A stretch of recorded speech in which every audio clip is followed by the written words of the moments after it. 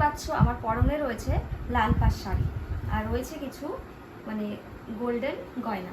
দিন যে আমি বললাম তোমাদের দুর্গাপুজোর শপিং অলমোস্ট আমাদের ডান হয়ে গেছে, মানে যেগুলো শাড়ির পার্ট ছিল সেগুলো মোটামুটি কমপ্লিট।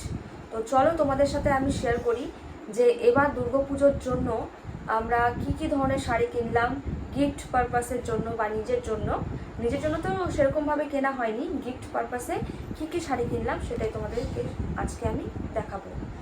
তো যারা যারা আমার চ্যানেলে নতুন আছো তারা অবশ্যই আমার চ্যানেলটিকে সাবস্ক্রাইব করে দিও, আর ভিডিওটা ভালো লাগলে অবশ্যই একটা লাইক করে দিও। তো আজকে যে সকল শাড়িগুলো তোমাদের আমি দেখাবো সেলিং পারপাসে নয়, কিন্তু বিজনেস পারপাসে নয়, জাস্ট এমনি একটা ভিডিও বানাচ্ছি।